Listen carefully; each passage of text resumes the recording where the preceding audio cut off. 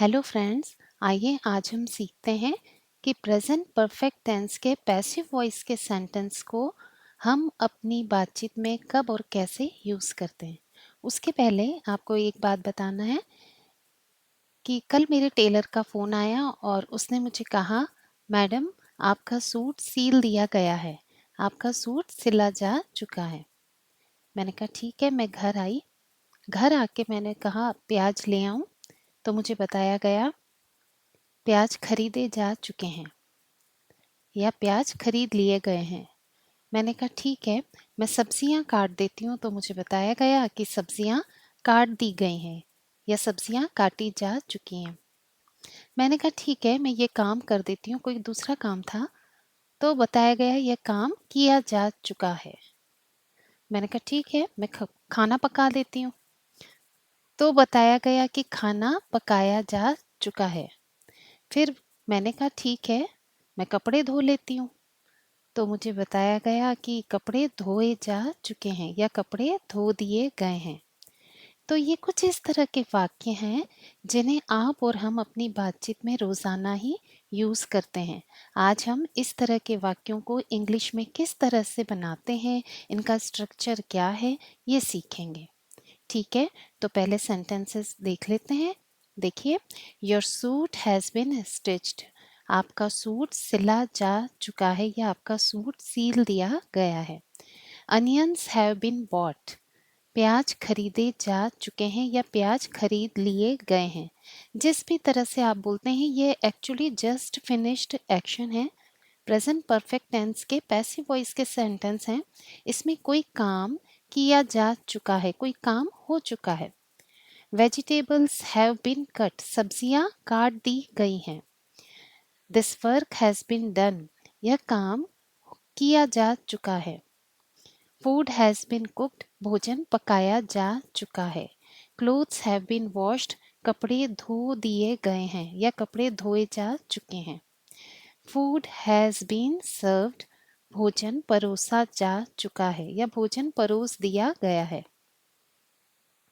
Plants have been watered. पौधों को पानी दिया जा चुका है। The project has been completed. Project complete किया जा चुका है। The floor has been mopped. फर्श को पोछा लगाया जा चुका है। ठीक है, तो ये वाक्य किस तरह से बनाए जाते हैं, तो आइए हम इनका स्ट्रक्चर देखते हैं।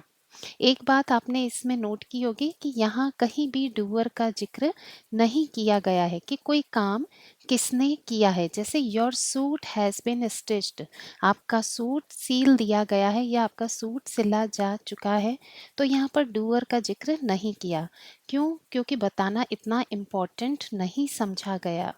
यहाँ ये बताना ज़रूरी है कि सूट सिलने का काम हो चुका है। जैसे मैंने अपना सूट टेलर को दिया, अब उसने सिला, उसने काटा, अपने कारीगर को दिया, उसने उसकी हेल्प की, किसने सिला, ये बताना इतना इम्पोर्टेंट नहीं है।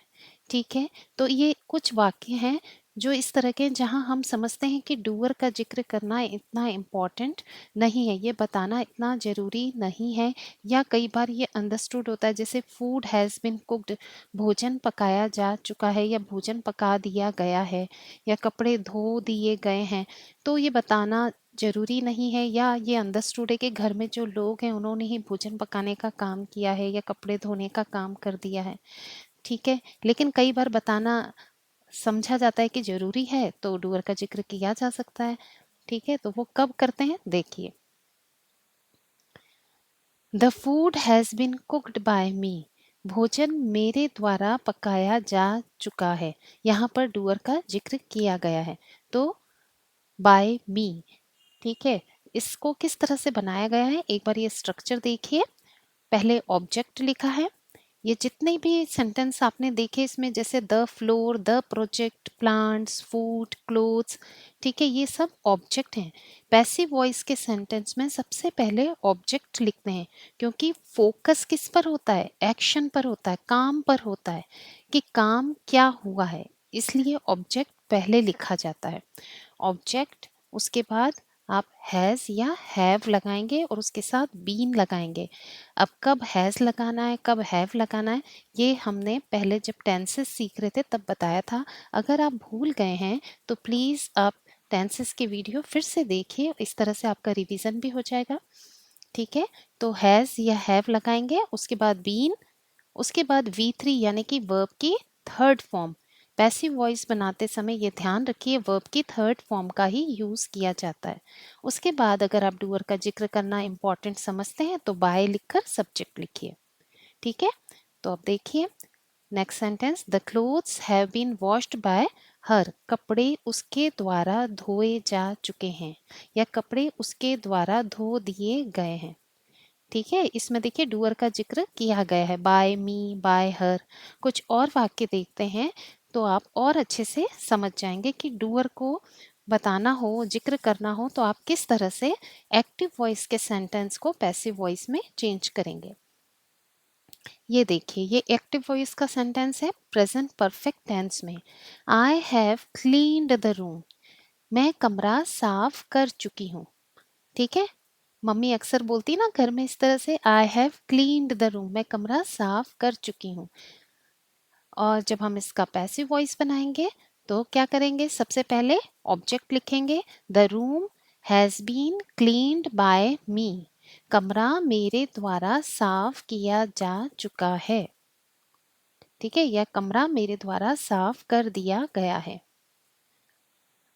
कई बार हम डूअर का जिक्र करना इम्पोर्टेंट नहीं समझते हैं, तब केवल इतना ही बोलेंगे, the room has been cleaned, कमरा साफ कर दिया गया है।